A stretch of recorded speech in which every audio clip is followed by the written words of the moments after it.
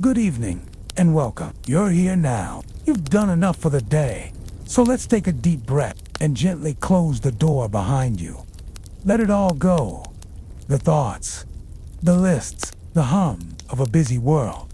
Tonight, I'll take you somewhere far, far away, to soft winter hills and long-forgotten places, where shadows flicker against stone walls and time moves slower, like smoke curling into still air. We're going to wander gently through history. No need to think too hard.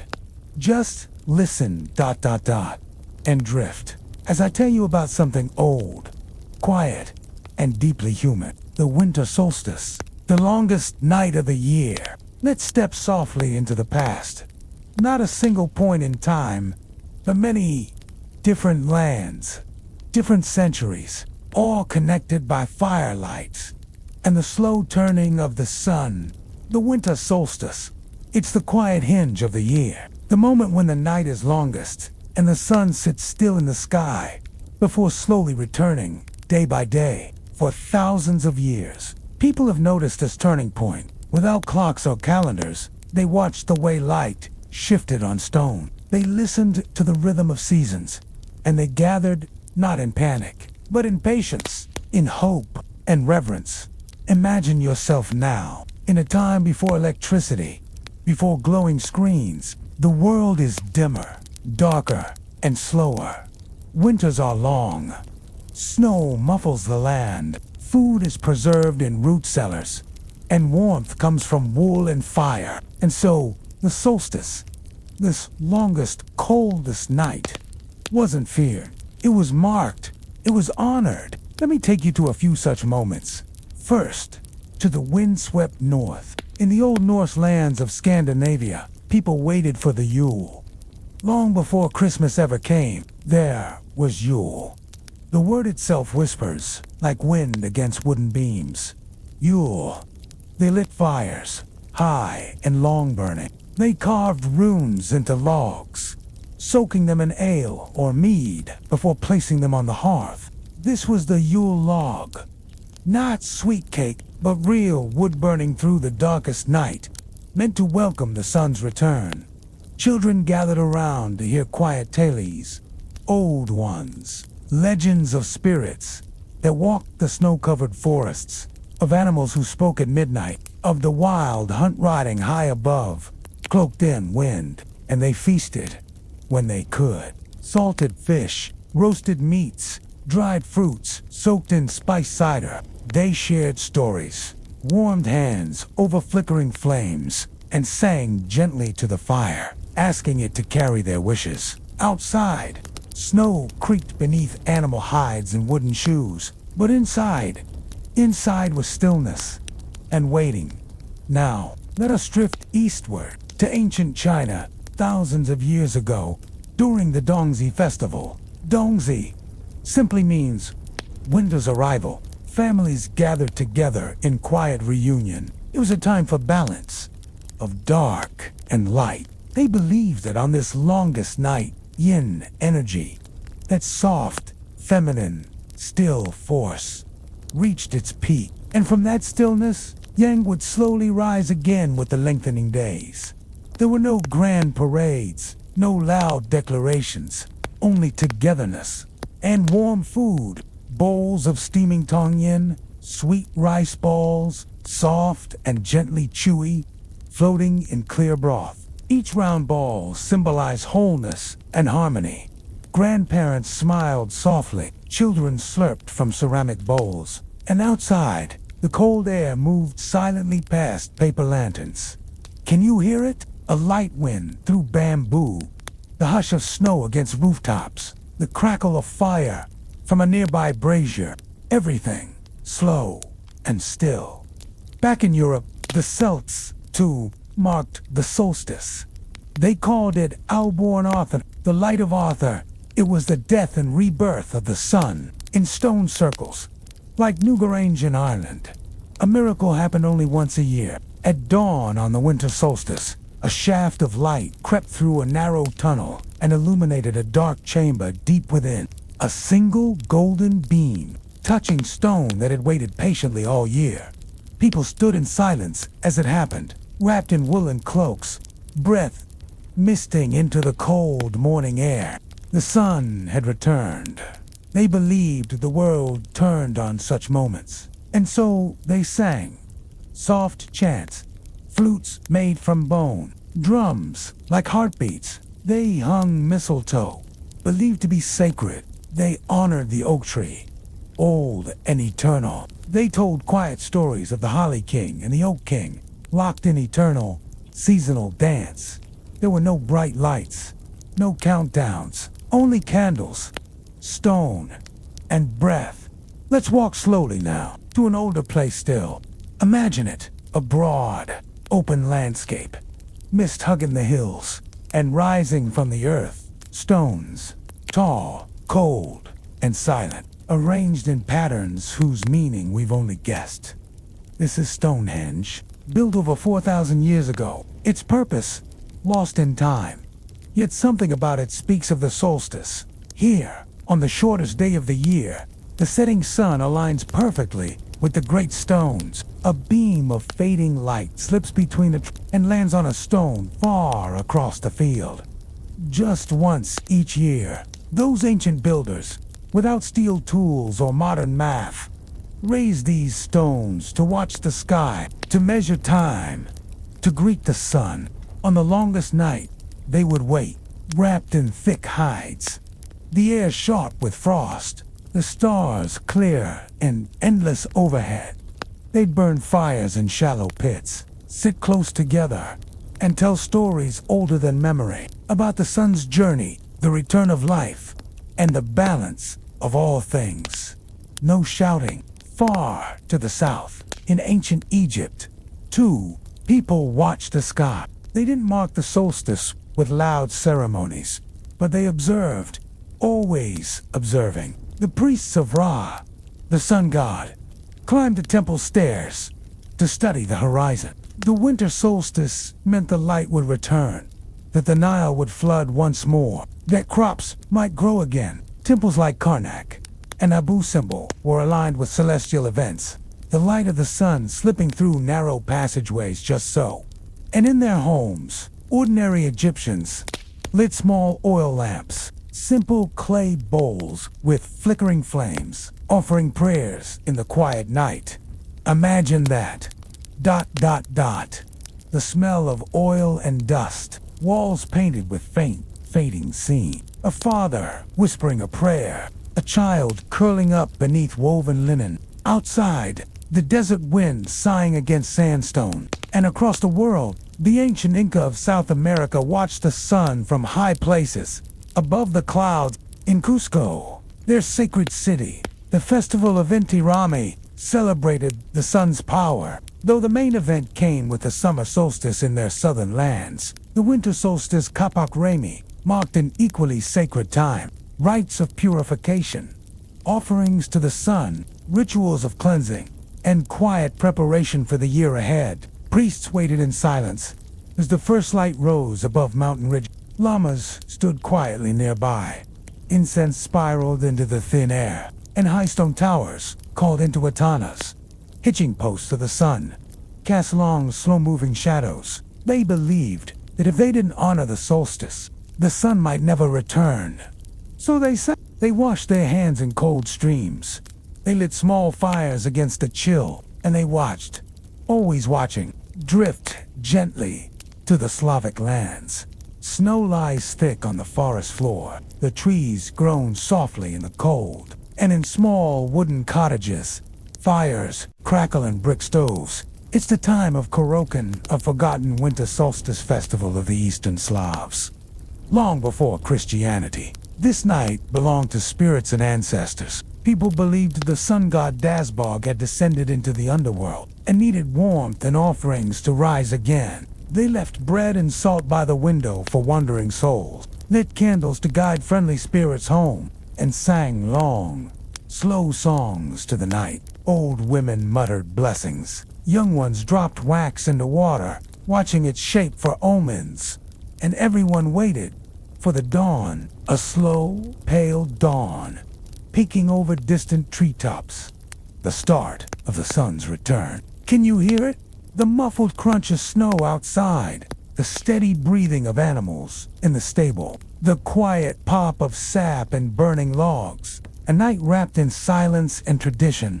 Let us move now, gently to a place of soft snow and pine. We're in a small Alpine village, perhaps somewhere in Austria. A few hundred years ago, the houses are timbered and squat, their roofs heavy with snow.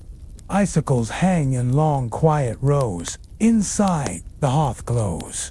And outside, the dark wraps around the land like a thick woolen blanket. Here, winter is not a season. It's a way of life.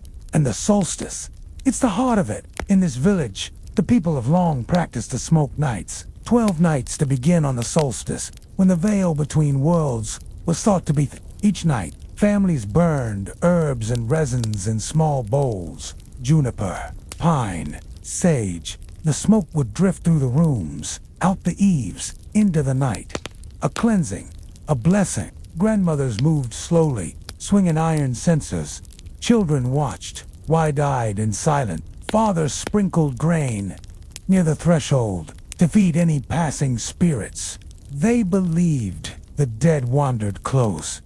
This time of year, not in fearsome ways, but gentle ancestors, checking in, old souls, watching kindly. So the living made space for them, laid out bread and soup at the table, left one chair empty, and in the silence of these nights, people dreamed vivid dreams, dreams that foretold the year ahead. And all around them, the mountains slept. Let's go westward. Now, to old France. Somewhere in the countryside, in the 1300s, a village with narrow lanes, muddy from thawing snow, and a small stone chapel at its center, bells quiet beneath a snowy steeple. Here, the solstice was not named, not openly, but it was felt. Before Christianity wrapped its arms around the calendar, rural people held their own rhythms, their own knowing. On this longest night, they kept a vigil of sorts. They'd light the bouche de Noël, a large log set into the hearth, often carved or decorated with symbols of prosperity. It would burn slow and steady through the night, sending sparks into the chimney's throat, each flicker a prayer, each ember a wish. The ashes were saved after a sort, thought to protect homes from lightning and illness.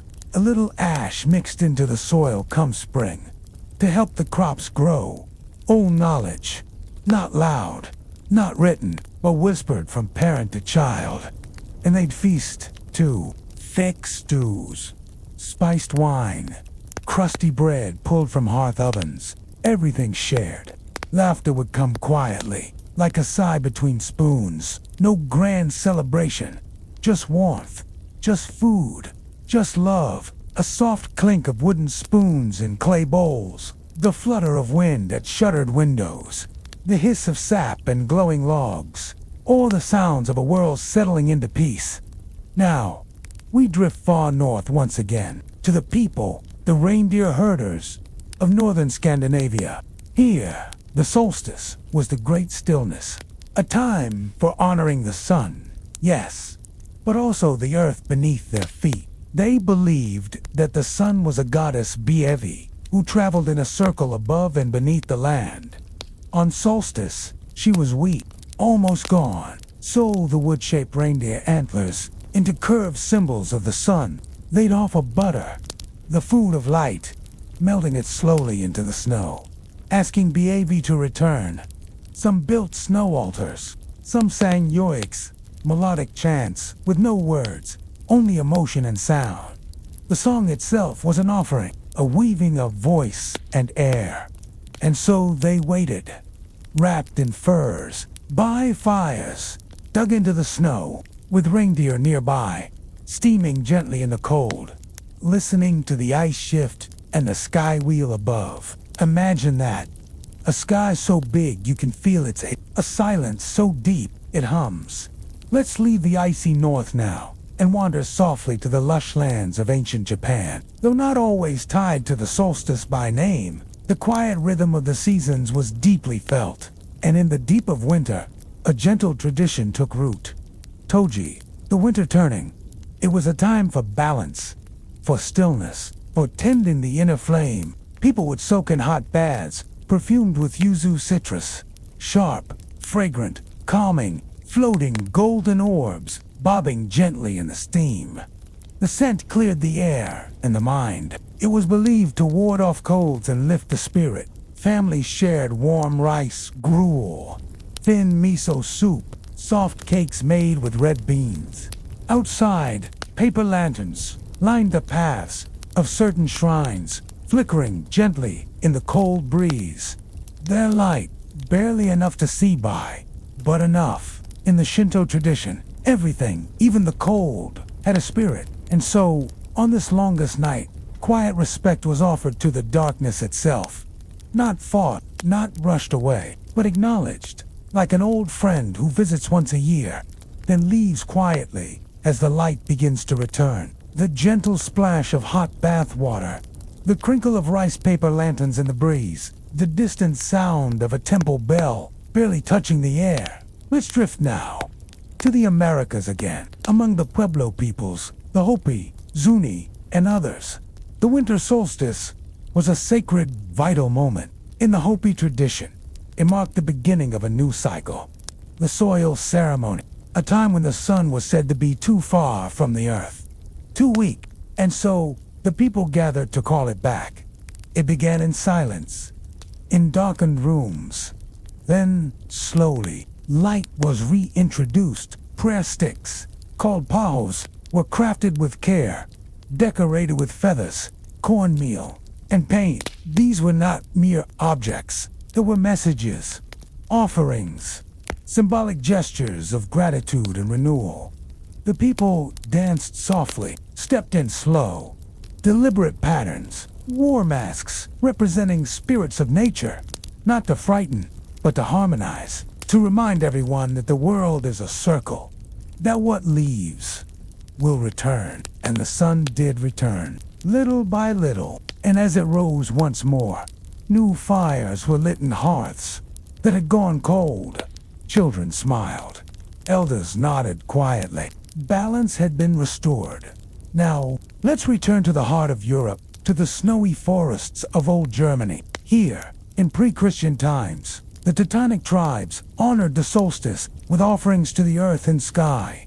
They called it midwinter, a time of sacred stillness. Great evergreen trees were honored for their endurance, unchanging, unyielding, symbols of life that endures even in the darkest hours. Small figures, spirits carved from wood or molded from bread, were hung from candles were balanced on branches, a precursor, perhaps, to the modern Christmas tree. And beneath these trees, small gifts, not wrapped in paper, but wrapped in meaning. A carved toy, a warm woolen sock, a loaf of dark rye, fathers whispered blessings, mothers brewed spiced cider, children watched the shadows dance along the ceiling. No loud joy, no explosion of celebration, just warmth, just wonder. And when the new sun rose the next morning, its light was welcomed with silence. The kind of silence that says, "We made it. We've come through the dark." The world turns again. The rustle of evergreen branches, a distant owl hooting softly in the trees, the pop of resin and firewood as flames quietly curl around the logs. We'll move to the snowy hills of Wales, where old Celtic traditions once wound through the quiet villages like ivy on stone. Though the names of the festivals may be lost, the solstice was always felt as the deep heart of winter. And for the people of this land, shepherds, farmers, poets, the changing light shaped everything. There were no fireworks, no marching parades, just a turning sky, the pale sun barely climbing over the hills, and the warm breath of sheep in the cold morning air. Families gathered around the hearth. The stories told on solstice night were different than the rest of the year, not just to entertain, but to teach, to comfort. Grandparents told tales of the Harley King and the Oak King, twin brothers locked in a gentle battle. The Harley King ruled the dark half of the year, strong, steady, evergreen. But on the solstice, the Oak King was born, bringing longer days, slowly, gently. It wasn't a war, it was a cycle, each yielding in time to the other. Darkness wasn't evil, it was simply ... rest. In the corners of small stone cottages, bundles of dried herbs were hung, bay leaves, rohan, ivy, and rosemary. The air smelled of stew and herb, and always the fire, low and steady, casting long shadows that danced softly across lime-washed walls, crackling coals, the creak of old wood, and the wind brushing gently against thatched rooftops. Now let us journey southeast to ancient Greece, where the winter solstice aligned with an observance called though not strictly one day. Brumalia stretched from late November through to the solstice, and was once part of the Roman calendar too. It was a time to rest, to honor Dionysus, the god of wine and revelry. Yes, but in a softer, more domestic way. The fields were bare, the vines had gone quiet, and so people turned inward. They lit oil lamps, told riddles and jokes, cooked thick porridge with garlic and honey, and shared last year's wine, aged in clay amphary and uncorked with care. Even the emperor would send greetings, one simple line, repeated again and again.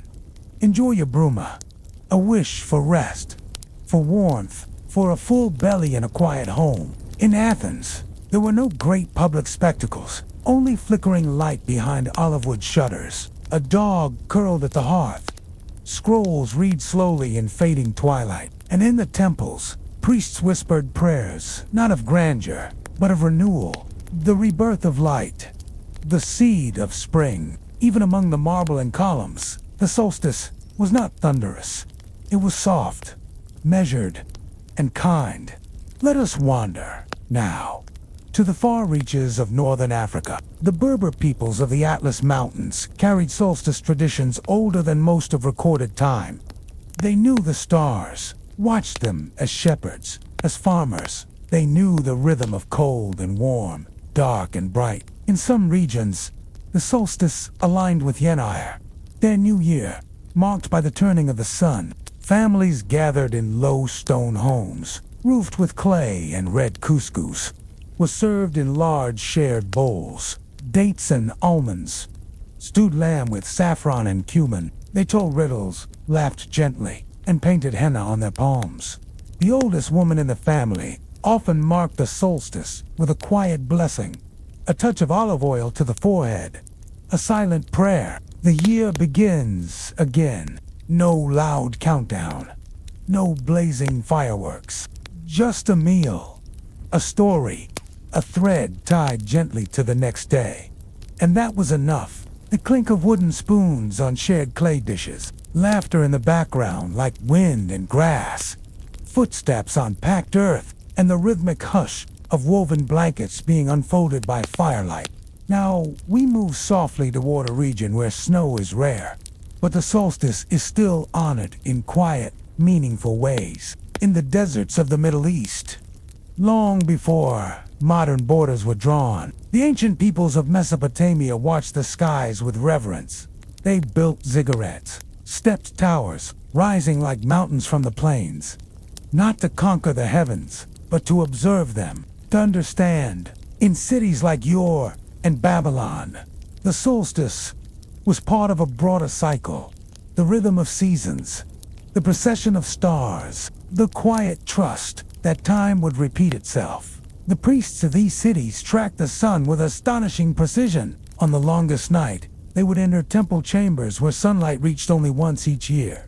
A beam of gold through a narrow slit, a flicker on polished stone. This was no festival for the crowds.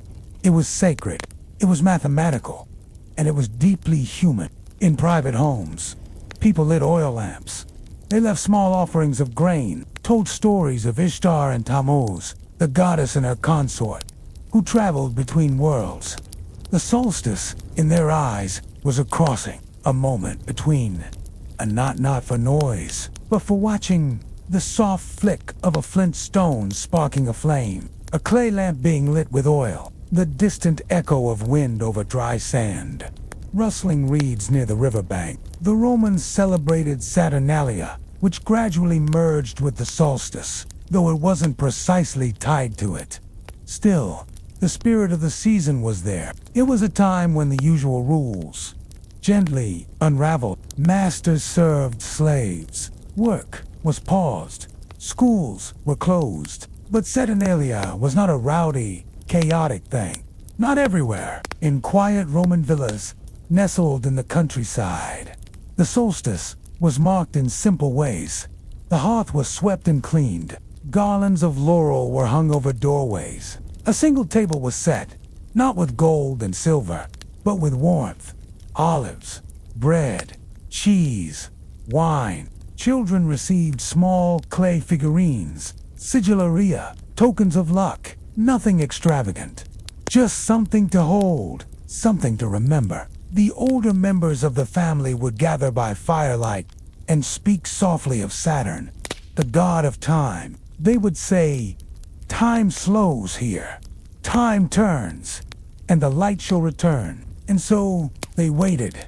Let's visit, now, the lands of Persia, where ancient Iranians, long before the Islamic era, gathered for a solstice festival called Yulda Night, Shavuot, the night of birth.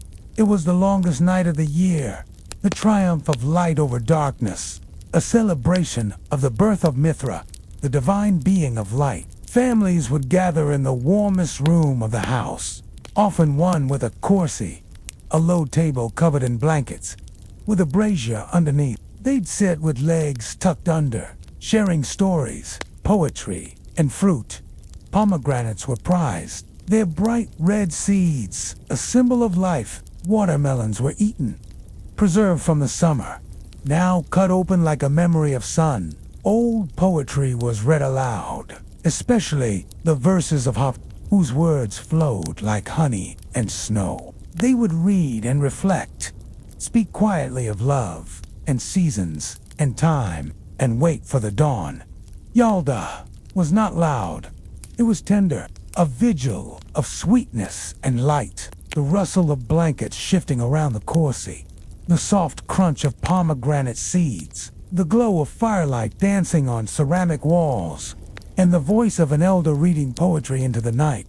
Let's float softly now to the highlands of the Andes, to a time before roads and wires, before printed calendars told us what to expect. Here, the Quechua people, inheritors of ancient Inca traditions, watched the stars as teachers, while Inti Raymi, the great sun festival, was celebrated at the summer solstice in the southern hemisphere. Its reflection, the winter solstice of the north, was still a marker of reverence, stillness, and time. In a quiet cold, high above the valleys, families would gather in stone shelters nestled between terrace hillsides. Their walls were warm, with thick woven cloths, called away. Fires were lit in circles of stone, and near them, small dishes were placed, offerings to Pachamama, the Earth Mother, cornmeal, coca leaves, and drops of chicha, a fermented drink made from maize. Not grand feasts, but sacred gestures, simple, respectful. At night, they watched the constellations, the dark shapes between the stars, the llama, the toad, the fox, celestial patterns, not made of light, but of space, of presence in absence. These shapes told them the turning of the year, when to plant, when to harvest, when to wait. And during the long nights of solstice, they simply listened, to wind through stone, to fire touching wood, to silence resting on the skin like frost, the whir of wind over rock, a soft flute in the distance, the crackle of corn husks catching flame in the fire pit. Let us wander far north again, to the British Isles, to a land of chalk hills and standing stones. We've already visited Newgrange in Ireland, where the rising sun on solstice morning pierces a long passageway of stone. But nearby, in the mists of the English countryside, another ritual quietly unfolded. At Avaberry, older and more mysterious than Stonehenge, Villagers once walked barefoot, or wrapped in skins. Among the stones, there was no grand ceremony, no procession carved into history books. But archaeologists believe something happened there, because the stones are aligned. The ditch is deep, the effort immense. Imagine it, a cold morning, frost clinging to the grass, stone monoliths rising like forgotten giants into the dawn, and a few people wrapped in wool, carrying kindling, lighting a fire at the center. Not for spectacle, but for warmth, for hope. They might have sung, or simply stood in silence, watching light touch ancient surfaces that remembered everything and spoke nothing. Bird wings fluttering, a distant cow lowing in the mist, the rhythmic breath of someone standing still in morning cold. There, in the ancient kingdoms of the Korean peninsula, the winter solstice was known as Dongji, meaning the extreme of winter. Though not filled with noise or dramatic ritual, Dongji was a deeply domestic and comforting moment in the seasonal cycle. It was believed to be the night when darkness was at its strongest, but also when yang energy would begin to return. On this night, families prepared and shared patchook, a red bean porridge, smooth and warm. The red color was thought to ward off evil spirits, and each member of the family received a steaming bowl, often garnished with small, chewy rice cake balls, called seothe. Some people would even smear the porridge on door frames, a kind of edible talisman, inviting good fortune and peace for the year ahead. No loud music, no chanting crowds, just a humble bowl of porridge.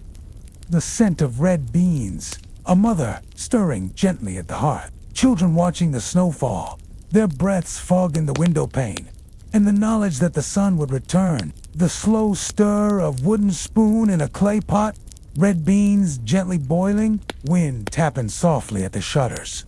Now we drift north once more to the cold, glimmering landscape of Japan. The winter solstice in Japan is known as Toji, and while it has never been the grandest of holidays, its quiet presence in the rhythm of the year is as gentle as snow falling on a still garden. On Toji, the day is short and the sun sits low, barely warming the roofs of wooden homes. Its rays stretch thin over silent temples. It is a time for healing. Families prepare hot baths, infused with yuzu, a fragrant citrus fruit. Whole yellow fruits float in the steaming water, releasing their sharp, clean scent. It is believed that this bath keeps illness away and brings good fortune through the rest of the cold months. In the countryside, elderly villagers might sip kabuka soup, made from winter squash, bright orange, warm and soft. Sometimes, old traditions linger at temples where lanterns are lit at dusk and left to flicker in the cold night. But mostly, Toji is about turning inward, not in sadness, but in quiet renewal. The solstice is seen not only as a pause in the sun's journey, but as a kind of reset for the body and for the home. Even the act of sweeping the house and lighting a small candle becomes a ritual of softness, a yuzu fruit plopping gently into warm bath water, distant chimes at a temple gate, snow brushing softly against bamboo leaves. We wander now across the snowy steppes of ancient Russia before Christianity spread across the Slavic world. The pagan celebration of Kurokan, or Kraken, marked the winter solstice as a time when the forces of darkness reached their peak, only to begin slowly retreating. Kurokan was not a fearful time, but a watchful one. Fires were built high in the villages, sometimes entire logs, called badnyak in Slavic folklore, were burned through the night.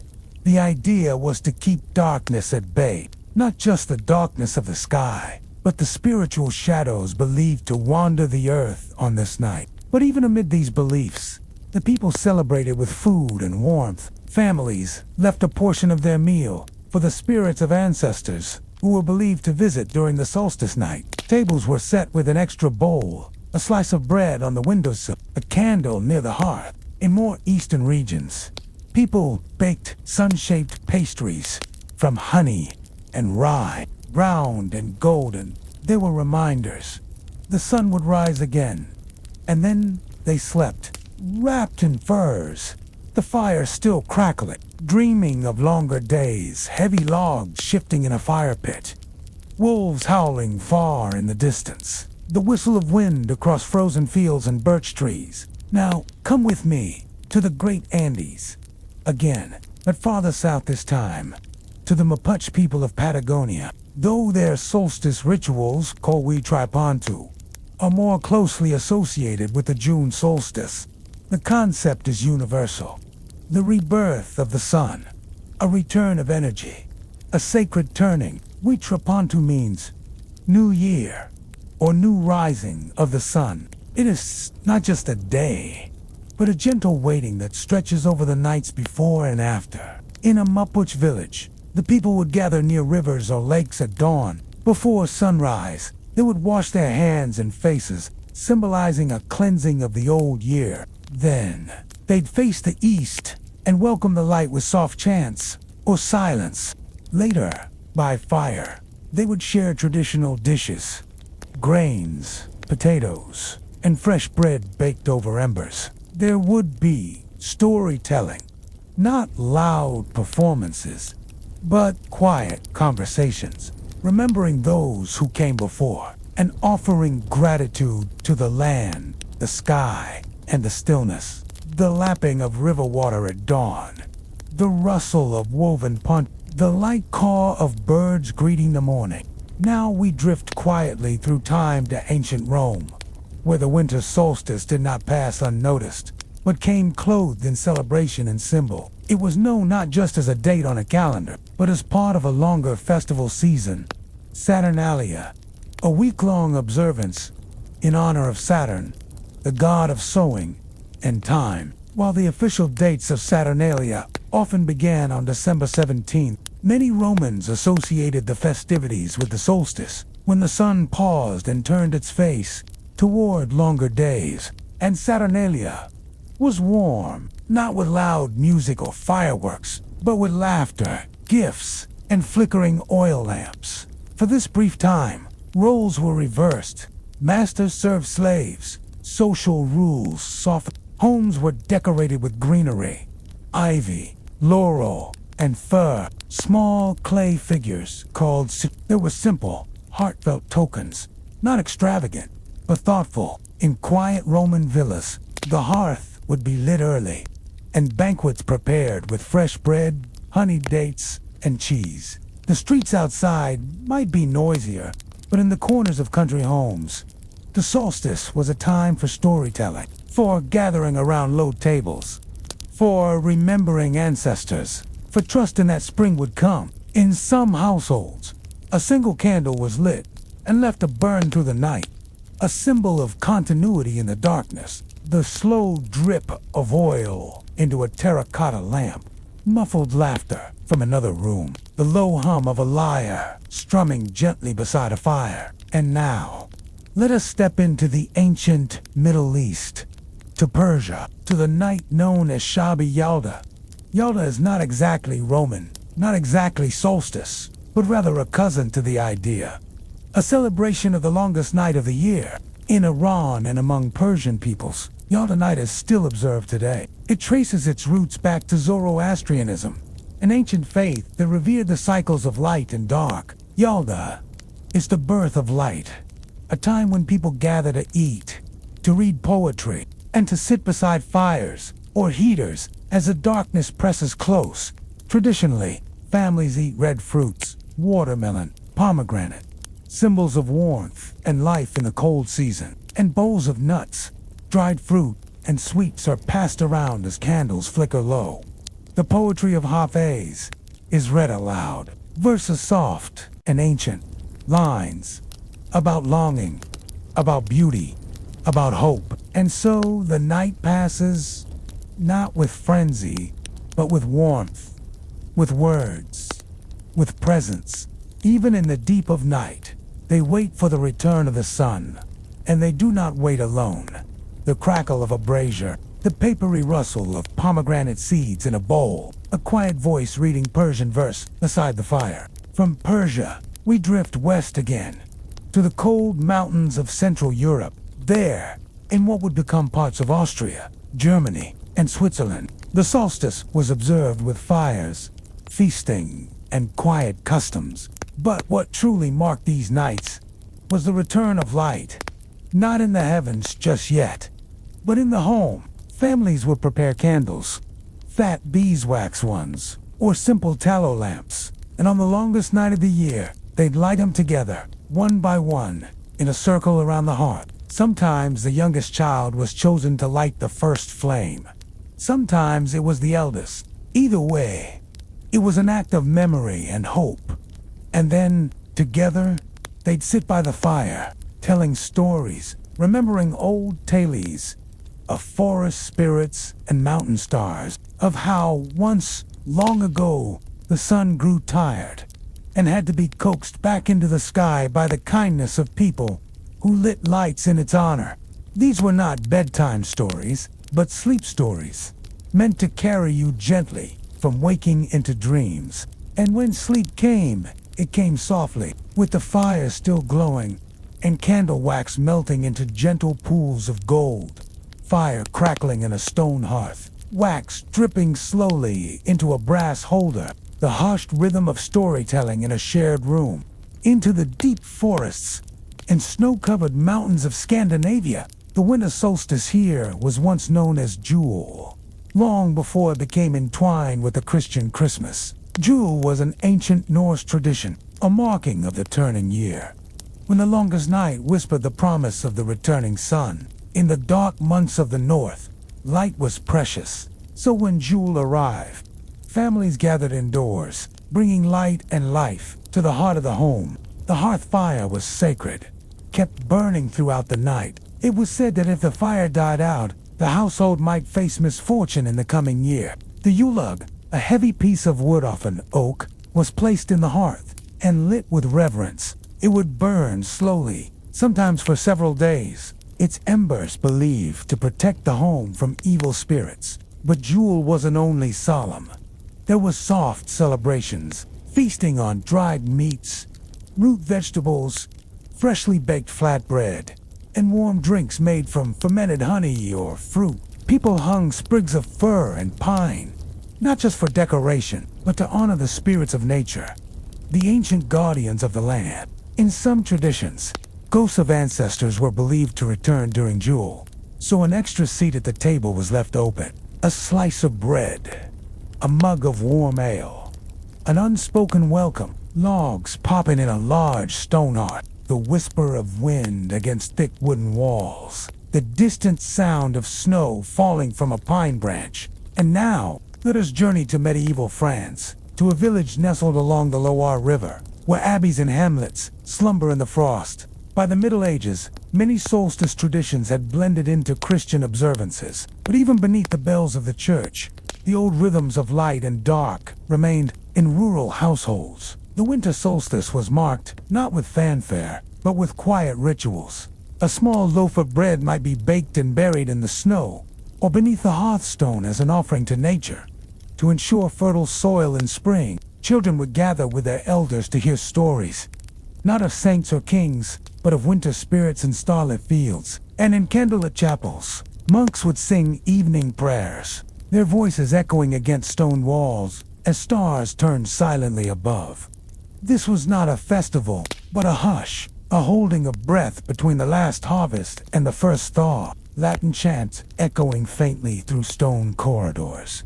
A dog sighing near a kitchen fire, icicles tapping softly against leaded glass. From France, we cross into the hills of medieval Wales, where the solstice was not merely a moment, but a door. The Welsh solstice traditions drew from old Celtic customs, where time was not linear, but circular spiraling through seasons and stars. The night of the solstice, families would gather around a central hearth, telling stories of unwound otherworld, where time flowed differently, and light was born in quiet places.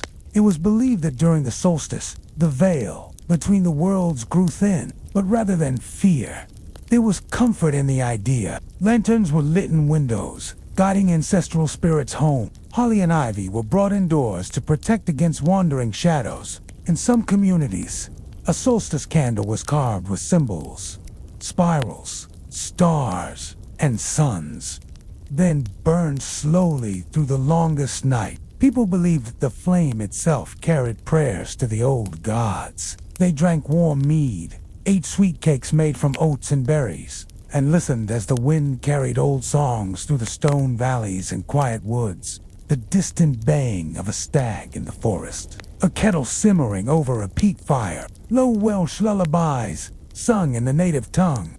Before the arrival of Roman roads or Christian abbeys, the Pictish people lived close to the land. They read the sky, the shape of the clouds, the flicker of the stars near the edge of the solstice, though little survives of their written record. The massive stones they left behind tell their own story. The Clavicans, a ring of ancient burial mounds, near Inverness, align with the setting sun of the winter solstice. For thousands of years, the light of the lower sun reached deep into the center of the central cairn, as though to warm the sleeping bones. Imagine them standing wrapped in wool and fur, watching the pale sun dip low, its light slicing between great standing stones. It was not a loud celebration, but a moment of stillness, a moment of returning. In later centuries, Scottish households would gather indoors, using peat fires and rushlights for warmth and glow. Children would listen to stories of winter goddess, who wandered the hills with a hammer made of ice and stone. It was said she shaped the land and ruled the coldest days. But even the Cailleach could not stop the turning of the year. And so, as the solstice passed, people whispered of the young goddess of spring, waiting quietly beneath the snow. The slow breath of wind across high peat crackling softly in a heart. A crow's distant caw fading into the silence of dusk, far to the east, beyond forests and snowfields. And the solstice festival known as Dongzi means winter's arrival. And it is one of the oldest, continuously celebrated festivals in the world. It marks not just a solstice, but a philosophy. That within the darkest moment, yang energy begins to rise. The balance of the universe begins to tip toward light and warmth again. In Han Dynasty records from over 2,000 years ago, Dongzi was already a time of family, ritual, and quiet joy. People stayed indoors. The cold wrapped the landscape in stillness, and so the warmth was made by hand and by heart. Families would prepare tangy and round rice dumplings made from glutinous flour, sometimes filled with sweet black sesame, floating gently in hot ginger broth. Their round shape symbolized reunion and harmony. The dumplings were eaten slowly, steam curling into the air, like the breath of winter spirits. In imperial courts, Dongzi was observed with elegance.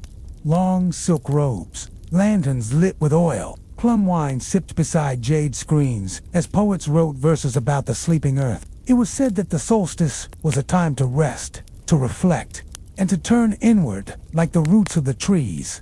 No grand celebrations, no booming drums, only warmth, only stillness.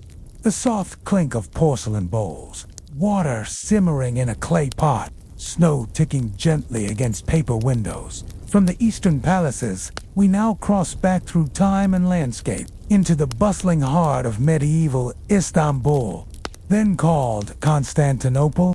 Though Christianity shaped the official rhythms of the Byzantine Empire, older traditions still echoed beneath the surface. In the days leading to the solstice, people lit small oil lamps along the city's winding lanes, a tradition borrowed, perhaps, from earlier Greek or Roman practices. In grand houses and quiet cloisters, citizens prepared for the Feast of St. Thomas, which, in its earliest forms, coincided with solstice markers. On this day, many households cleaned the hearth, swept out the ashes, and burned herbs like laurel and bay, not just for fragrance, but to invite health into the new season. Southward, from the snowy peaks and ancient courts, toward the desert winds and sunlit sands of the Middle East and North Africa, in the lands once ruled by the Persian Empire, the winter solstice was known as Yalda Night, a celebration that still endures today, rooted in poetry, starlight, and ancient reverence for the sun. Yalda marked the longest night, but it was not feared. Instead, It was welcomed, a moment to pause, to gather, and to share warmth before the days grew long again. In old Persian households, families would spread a sofra, a wide cloth layered with red fruits, nuts, candles, and poetry books, especially the verses of Hafiz, whose words were often read aloud to open the soul. Pomegranates, their crimson seeds, glistening like rubies, symbolized the cycle of life. Watermelon, rare in the cold months, was sometimes preserved just for this night to represent the heat of summer's return. Fires crackled in courtyards. Carpets were laid thick, and even in humble homes, children curled beside grandmothers to hear tales of ancient kings and desert stars. It was a night for stories, for remembering those who had passed, and for feeling the warmth of human closeness. Beneath the wide sky, the soft rustle of palm fronds in dry wind. A distant jackal's call across the dunes. A woman's voice reading poetry in Farsi, slow and musical. And now, we drift across the seas to the Andes Mountains, where the Inca once watched the heavens from stone temples that kissed the sky. Though their grand solstice festival, Inti Raymi, was celebrated in June, there is still mystery in how the December solstice was marked.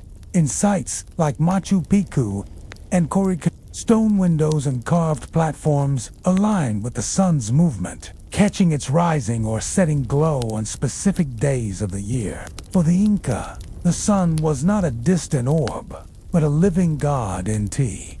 His light nourished crops, guided rituals, and reminded all that time moved in great sacred circles. During the summer solstice of the southern hemisphere, it is likely that the people observed in stillness, and as the sun stood at its farthest point, then began its slow return. Imagine the priests, wrapped in golden threaded robes, watching the light stretch across the valley stones.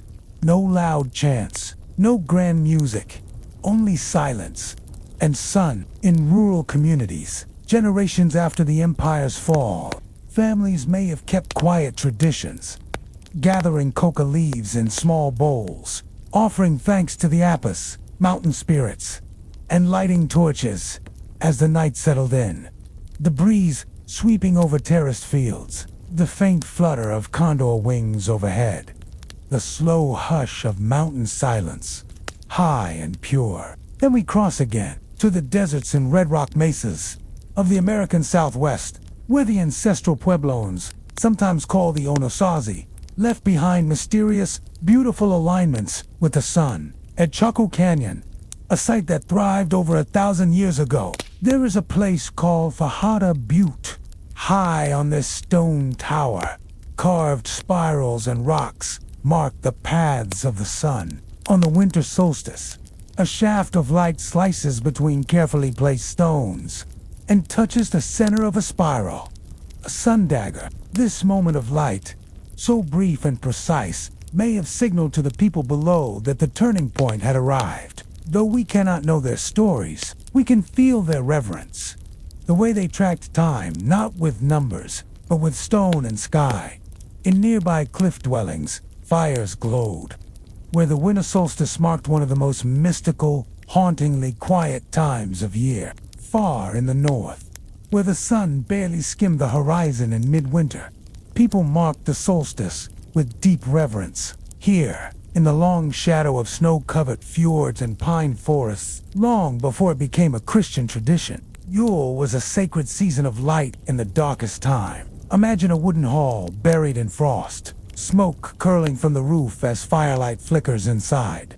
The air is thick with the scent of pine, smoke, and roasted barley. Families gather around the hearth, hands curled around mugs of warm ale or mead, sharing simple stews made from root vegetables and salted meat. The Yule log, a great piece of oak or ash, was brought inside, anointed with oil, and burned slowly, meant to last through the entire Yule night. It was not only fuel, but a symbol of protection, of good fortune, and the slow returning of warmth. Outside, the snow fell without sound. Only the soft crunch of boots on frost, or the call of a raven, broke the silence. Some believed this was the night when spirits of the ancestors walked among the living, and so food was left at doorways, candles placed in windows, and runes drawn carefully in ash or chalk. Children would listen to tales of the wild hunt, a ghostly procession said to race across the sky on the longest nights,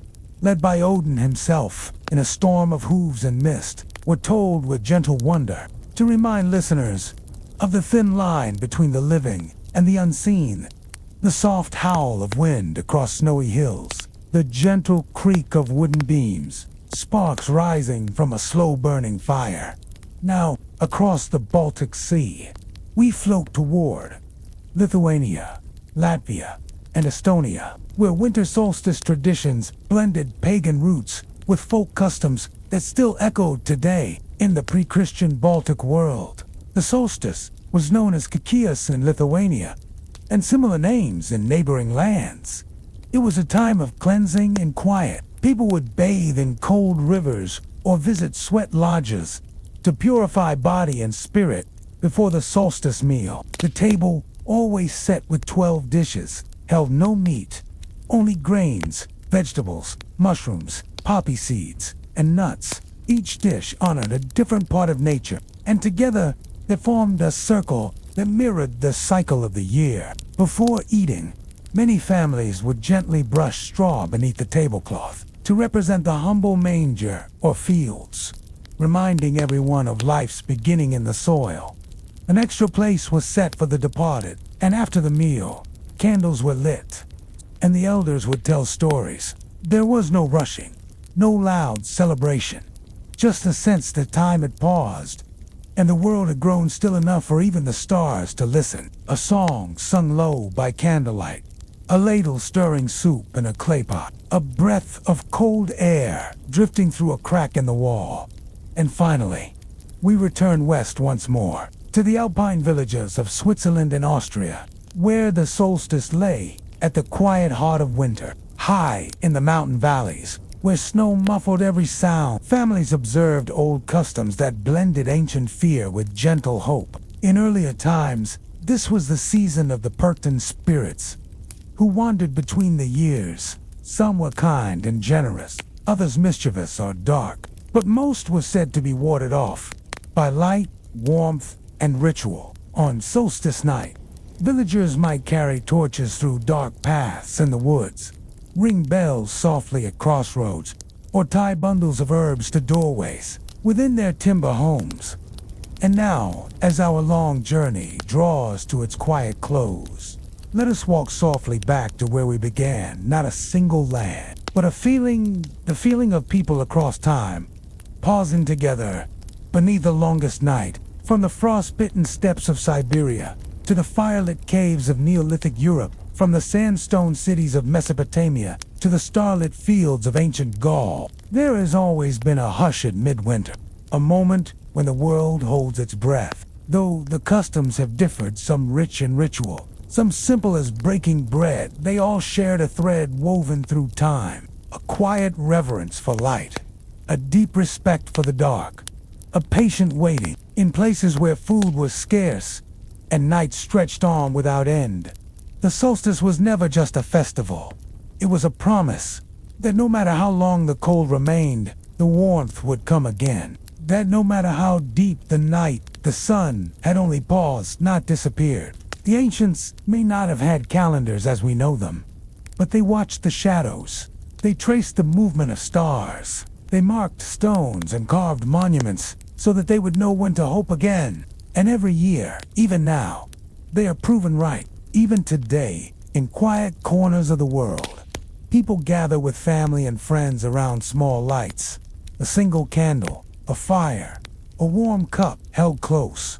Some read poems, some share old stories, some listen to the wind and remember those they've lost, and some simply sit in silence, watching the darkness slowly lighten beyond the trees.